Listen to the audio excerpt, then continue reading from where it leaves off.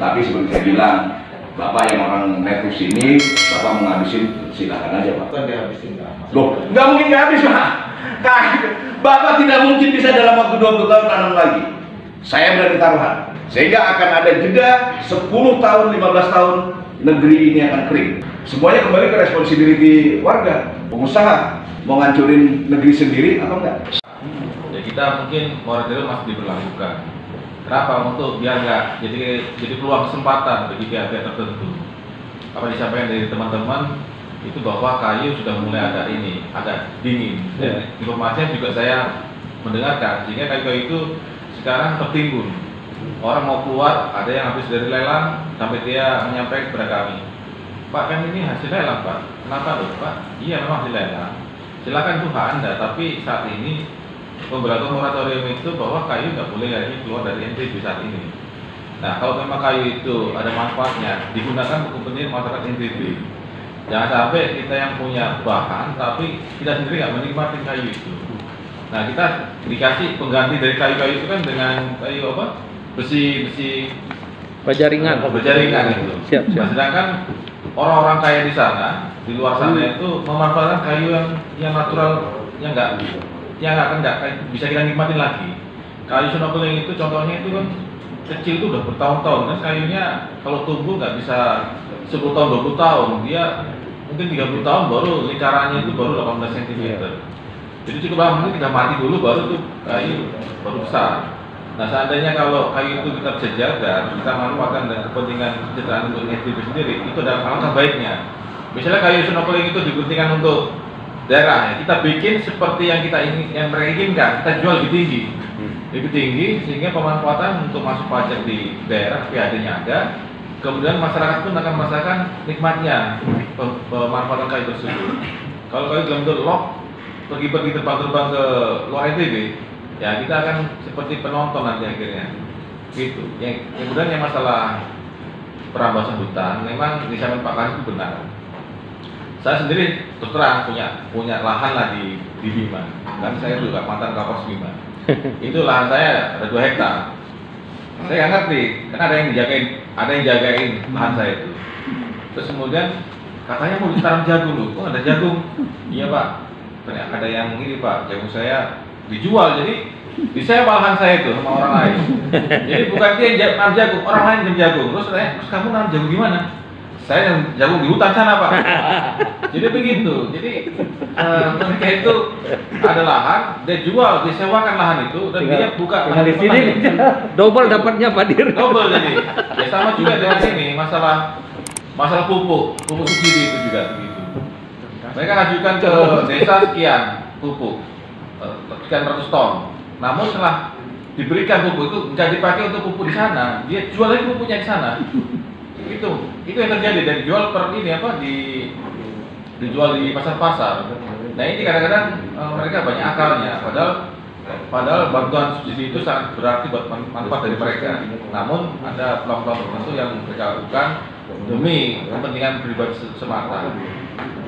Mungkin kita perlu pembahasan yang menyimpulkan kira-kira rapat ini apa yang bisa kita ambil poinnya Pak, sehingga kita bisa menguatkan, kemudian menindaklanjuti yang lebih baik lagi. Terima kasih. Case Bima ini cukup memukul kita loh Pak, dan itu harus introspeksi kita sendiri.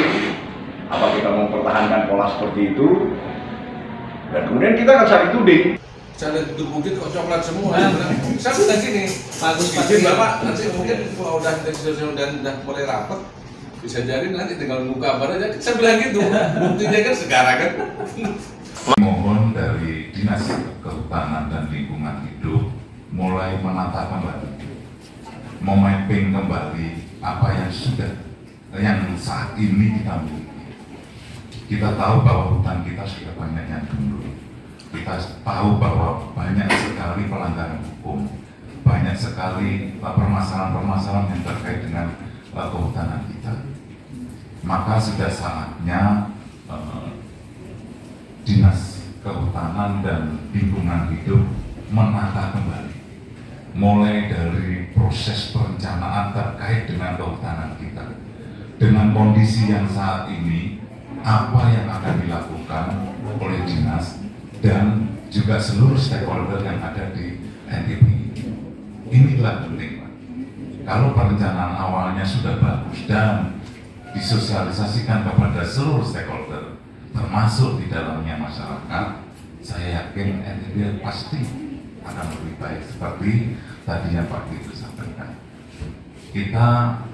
Saya sangat berharap bahwa kita tidak usah dulu menengok terhadap pelanggaran-pelanggaran yang sudah berlaku. Tetapi mari kita menatap ke depan terhadap apa yang kita miliki. NTB ini potensinya sangat luar biasa. Tetapi apabila kita tidak mengolah dengan baik, akan berakibat fatal. Ini belum terlambat, Pak. Belum terlambat, maka mari kita kembali kepada aturan yang ada. Tetapi ingat bahwa di dalam aturan itu semua apa yang kita miliki, semua yang dimiliki oleh negara itu harus kembali kepada kesejahteraan masyarakat Nusa Tenggara Barat.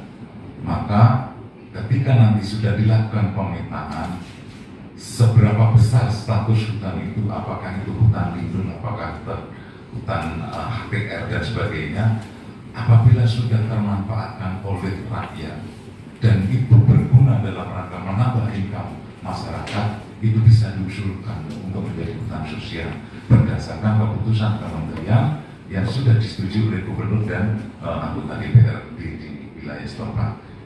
Ini harus tertata. Maka masih ada kesempatan, mari hutan yang ada di wilayah Nusa Tenggara Barat ini kita lakukan penataan kembali. Kalau sudah kita tata, sudah kita rencanakan, sudah kita informasikan kepada seluruh pihak, maka penegakan hukum itu harus menjadi yang utama. Ketika kita bicara tentang hukum, maka hukum itu tidak boleh memihak. Dan hukum itu bukan hanya untuk kepentingan pribadi dari teman-teman dinas kehutanan, tidak. Tetapi seluruh masyarakat, termasuk pelaku hukum, itu juga harus taat kepada hukum. Maka keseimbangan inilah yang harus kita tata dan kita atur.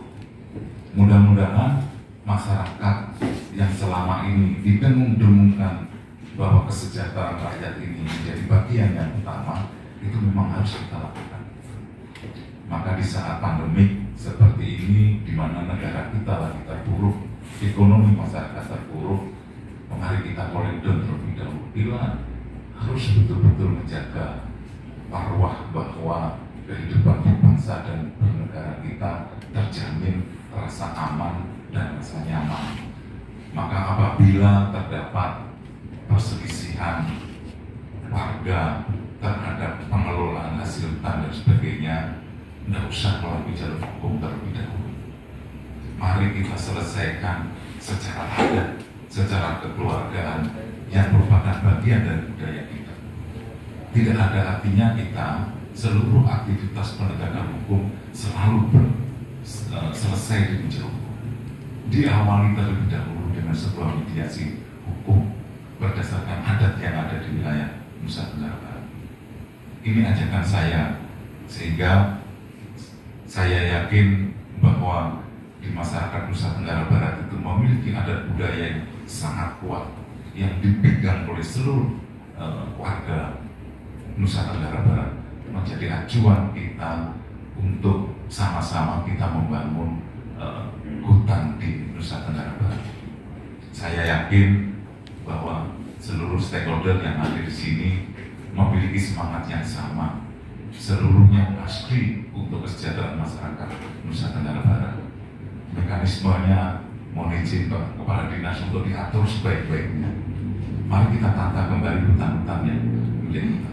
Apakah itu kita dijadikan hutan lindung? Apakah itu dijadikan hutan wisata? Apakah itu dijadikan hutan produktif? Mari. Saya yakin kita banyak tokoh-tokoh masyarakat di sini yang sama semangatnya untuk menghijaukan kembali hutan-hutan kita.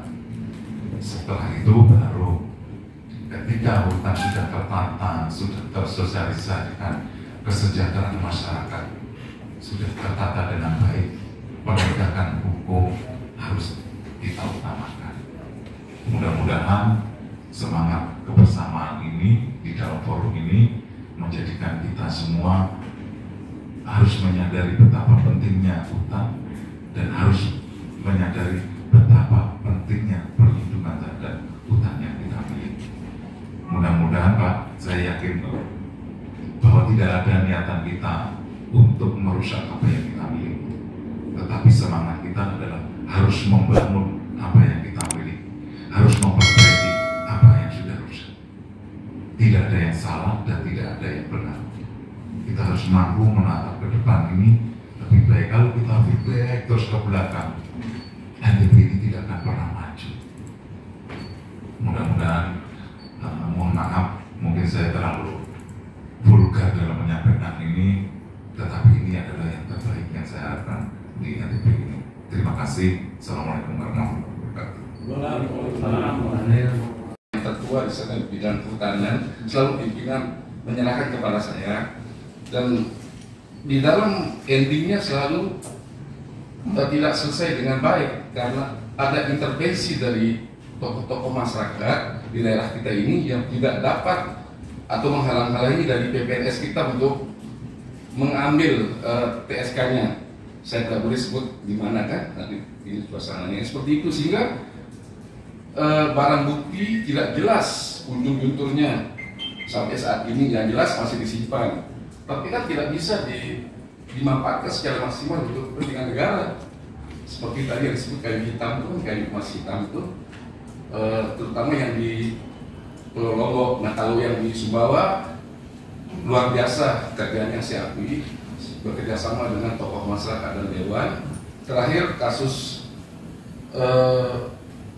apa istilahnya itu, agen yang dari Jawa bisa kita amankan dan jadikan tersangka, meskipun dengan kita memerlukan sedikit teknik-teknik untuk mengangkat permasalahan ini menjadi pembuktian di pengadilan, dan alhamdulillah sudah terbukti dengan maksimal. Kita tuntut agar ada efek jera. Nah, itu saja Pak. Informasi saya akan mendapatkan dukungan dari aparat keamanan yang lain untuk kawan-kawan kita di Polhut ini Pak. Terima kasih Pak. Assalamualaikum warahmatullahi wabarakatuh. Terima kasih Jadi yang mengawal proses kampung kami. Mohon tidak bosan-bosannya. PPNS kami konsultasi dan jangan bolak-balik ke 19 langsung ke kelas 1. Supaya kamu mendampingin dari Polda. Ini aktivitas tim di pos masing-masing untuk melakukan pemeriksaan alat angkutan, terus